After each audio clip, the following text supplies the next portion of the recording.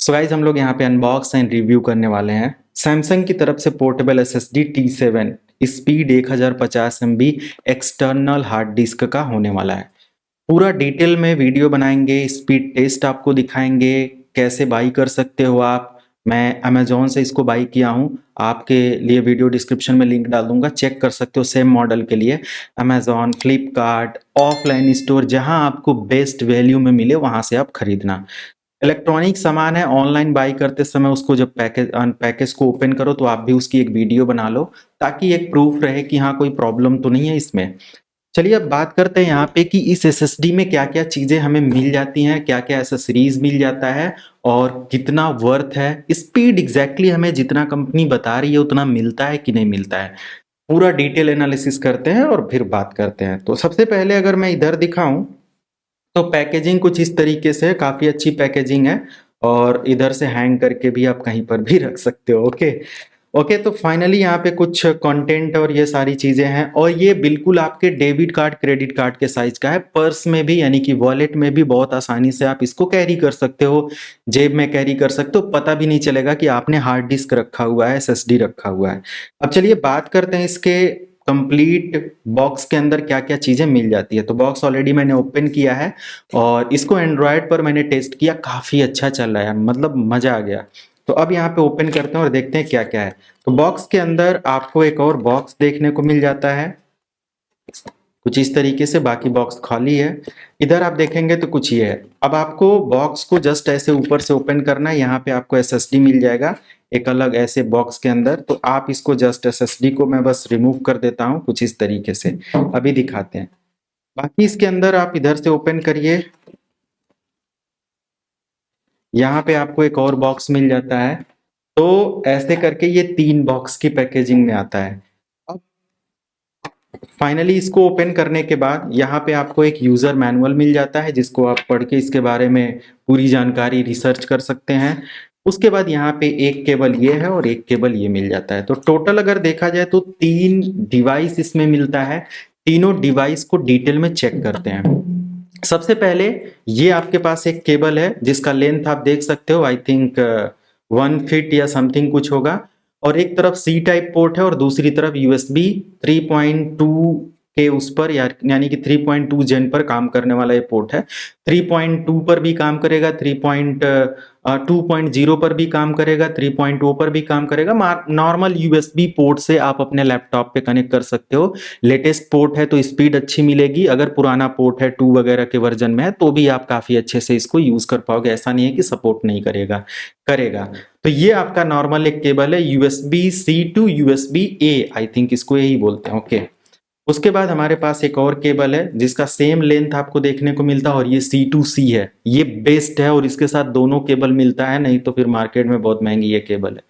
तो ये जो C2C है इसको आप अपने लैपटॉप, अगर लैपटॉप पे सी पोर्ट है तो कनेक्ट कर सकते हो। बाकी एप्पल के मैकबुक प्रो पर भी मैं ट्राई करूंगा, अपने मैक मिनी M2 पर ट्राई करूंगा और बेस्ट यहाँ पे आपको ये स्पीड निकाल के देगा in compare of normal USB, है ना। तो ये जो पोर्ट है यूएसबी पोर्ट और सी टाइप पोर्ट, सी एक लेटेस्ट पोर्ट है, आप सब लोगों को पता है, और ये एक हैवी स्पीड आपको प्रोवाइड करता है। इसको भी हम लोग चेक करेंगे। बाकी नॉर्मल एसएसडी के लुक की तरफ आते हैं तो कुछ इस तरीके से एसएसडी है, यू कैन सी ऐसे।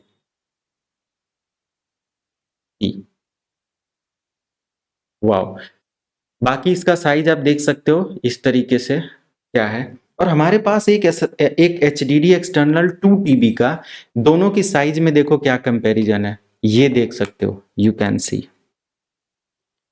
और अगर आप इसको ऐसे रख कर देखोगे तो 3 हार्ड डिस्क बनेगा, मतलब 3 SSD बनाएगा सैमसंग इतने में, है ना। और ये प्लास्टिक पर है और ये मेटल पर है, ये पूरा का पूरा आई थिंक आपका मेटल पर है। और इस तरीके से ये आपका साइज वगैरह में और स्लिम वगैरह में देखने को मिल जाता है। बिल्कुल डेबिट कार्ड की तरह ये एसएसडी है। इसमें एक अपग्रेडेड एसएसडी आता है जिसमें फिंगरप्रिंट वगैरह भी आप लगा सकते हो। इसके अंदर भी सिक्योरिटी आपको मिल जाता है, इसमें पासवर्ड प्रोटेक्टेड डिस्क बना सकते हो आप इसको। किसी भी डिवाइस पर अगर आप इसको लगाएंगे तो आपको पासवर्ड मांगेगा, अगर आप पासवर्ड इसका भूल जाते हैं तो डेफिनेटली आप इसका डेटा लॉस कर देंगे, क्योंकि कोई ऑप्शन नहीं है इसको रिकवर करने का। आप इसको फॉर्मेट करेंगे तभी इसका डेटा रिकवर होगा, उसके बाद रिकवरी वगैरह का ऑप्शन आता है, रिकवर कर सकते हो। बट हाँ, कोई भी आपके इस डिस्क को यूज नहीं कर सकता, पासवर्ड प्रोटेक्टेड डिस्क बना सकते हो। साइज वगैरह इस तरीके से आप सारा देख ही रहे हो। बाकी यहाँ पे बात करते हैं इसके स्पीड टेस्ट को लेकर। तो मैं अपने लैपटॉप पर हूँ और अपने लैपटॉप पर मैं सबसे पहले नॉर्मल यूएसबी 3.2 जेन के साथ कनेक्ट करूंगा। आप 3.0 पर भी जा सकते हो और इधर आप देखेंगे तो सी टाइप से, तो सी आपका एक ही पोर्ट है जो कि आपके एसएसडी पर कनेक्ट होगा, क्योंकि एसएसडी में सिर्फ सी पोर्ट है। उसके बाद इधर मैं यूएसबी 3.0 से कनेक्ट कर रहा हूँ और उसके बाद स्पीड देखते हैं। आप कंप्यूटर स्क्रीन पर भी आ सकते हो। कंप्यूटर स्क्रीन पर आप देख रहे हैं, यहाँ पे जैसे ही मैंने कनेक्ट किया हमारा एसएसडी इधर एसएसडी ओपन हो गया और एसएसडी के अंदर एग्जैक्टली अगर देखा जाए तो 3 सॉफ्टवेयर मिलते हैं, जिसके अंदर आपको कुछ ऐसे सॉफ्टवेयर देखने को मिलेंगे विंडोज के लिए और यहाँ पे एंड्रॉयड के लिए और यहाँ पे आपका मैक मिनी के लिए। अब ये जो मैक है, आप इसके साथ मैकबुक पर इंस्टॉल करके इसका हार्ड डिस्क वगैरह पासवर्ड अप्लाई कर सकते हो एंड्रॉयड के लिए और विंडोज़ के लिए। विंडोज़ के इस पासवर्ड के लिए जैसे मैंने इंस्टॉल कर दिया, तो फिर इंस्टॉल करने के बाद मुझे कुछ इस तरीके से ये सॉफ्टवेयर देखने को मिलता है। मैं यहाँ पे ऑन करता हूँ। ऑन करने के बाद कुछ इस तरीके से सिक्योरिटी आपको मिल जाता है। सैमसंग T7 डिवाइस ने में सिक्योरिटी ऑफ है, सिक्योरिटी ऑन करके बिगिन सेटअप पे करके अपना पासवर्ड अप्लाई कर सकते हो। पासवर्ड प्रोटेक्टेड डिस्क आप यहाँ पे बना सकते हो। एक बेस्ट सिक्योरिटी यहाँ पे हमें देखने को मिलता है और ऑब्वियसली ये एक अच्छी बात है, आपका डेटा प्रोटेक्टेड रहेगा। अब बात करते हैं इसके स्पीड को लेकर। तो यहाँ पे T7 आपका ओपन है और हमारे पास जो 3.0 पोर्ट के साथ कनेक्टेड है नॉर्मल यूएसबी से, ये 9.43 जीबी का डेटा। अब मैं रीड राइट स्पीड ऐसे किसी सॉफ्टवेयर से दिखाऊं तो आई थिंक उतना अच्छा एक्सपीरियंस नहीं होगा, बट यहाँ पे आप देखो क्या मिलता है। मैंने 9 जीबी डेटा ट्रांसफर किया अभी 28 मिनट पर, आई थिंक देखते हैं यहाँ पे दिखा रहा है रिमेनिंग 4 मिनट, है ना। तो आई थिंक 3 मिनट या 2 मिनट तो लेगा ही लेगा। एग्जैक्टली हम लोग टाइम कैलकुलेट तब कर सकते हैं जैसे कि 35 एमबीपीएस की स्पीड है और यहाँ पे है टोटल आपका 9.43 जीबी। आप कैलकुलेट कर लेंगे थोड़ा सा कैलकुलेटर लेकर, 1024 एमबी में आपका 1 जीबी होता है। 9 जीबी है तो 9035 से डिवाइड करेंगे, आपको पता चल जाएगा कि कितने सेकेंड में ये डेटा ट्रांसफर कर सकता है। आई थिंक मेरा मैथ सही है तो ऐसे ही होगा। बाकी आपने यहाँ पे देखा 35 एमबीपीएस की स्पीड है। अब मैं इसको जस्ट यहाँ से कर देता हूँ स्टॉप, और स्टॉप करने के बाद मैं सेम ऑप्शन, मैंने एसएसडी को डिस्कनेक्ट कर दिया, ओके। और एसएसडी को डिस्कनेक्ट करने के बाद मैंने जस्ट इसको सी पोर्ट से कनेक्ट कर दिया, जो कि ऐसे। और मैं अपने लैपटॉप पे ही सी पोर्ट भी है, नॉर्मल सी पोर्ट, तो सी पोर्ट से अगर मैं इसको कनेक्ट कर देता हूं, यस, यहाँ पे आ गया सी पोर्ट। और मैं सेम जो कॉपी हो रहा था, देखते हैं क्या सी पोर्ट पे चला जाएगा।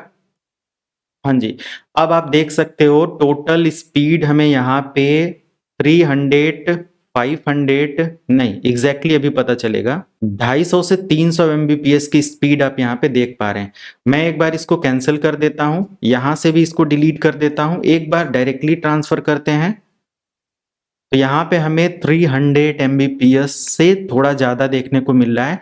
ये हमारे USB-C to USB-C हमारे गेमिंग लैपटॉप पर काम कर रहा है और इतनी स्पीड है। ये राइट स्पीड यहाँ पे है। और अगर मैं रीड स्पीड दिखाऊं तो बस दिखाते हैं। आई थिंक 9 जीबी डेटा ये 30 सेकेंड के अंदर कंप्लीट कॉपी कर दिया। बेस्ट स्पीड इसको बोलेंगे। Okay done. अब मैं इधर से इस डेटा को डिलीट कर देता हूं और मैं यहां से इसको यहां पे लेके आता हूं और कॉपी करता हूं। अब देखो यहाँ पे ट्रांसफर जो रेट है, रीड स्पीड जो है यहाँ पे 364 यानी कि 400 एमबीपीएस के आसपास ये जा रहा है। 350 से बोल सकते हो 400 एमबीपीएस के आसपास, ओके। तो ये स्पीड हमारे इस लैपटॉप पर अवेलेबल है। अब आ जाते हैं हम लोग मैकबुक पर, अपने मैक मिनी M2 पर, वहां पे स्पीड टेस्ट करते हैं। तो अप्रॉक्स में 300 एमबीपीएस से ज्यादा रीड स्पीड मिल रहा है और 3 एमबीपीएस का आपको राइट स्पीड मिल रहा है। एक अच्छी स्पीड बोलेंगे। अगर आपको 1 जीबी का डेटा ट्रांसफर करना है तो 4 to 5 और 6 सेकेंड के अंदर आप कॉपी पेस्ट कर सकते हो, राइट। तो ये पूरा आपने यहाँ पे देख लिया। मैं इसको यहाँ से डिलीट करता हूँ और क्लोज कर देता हूँ।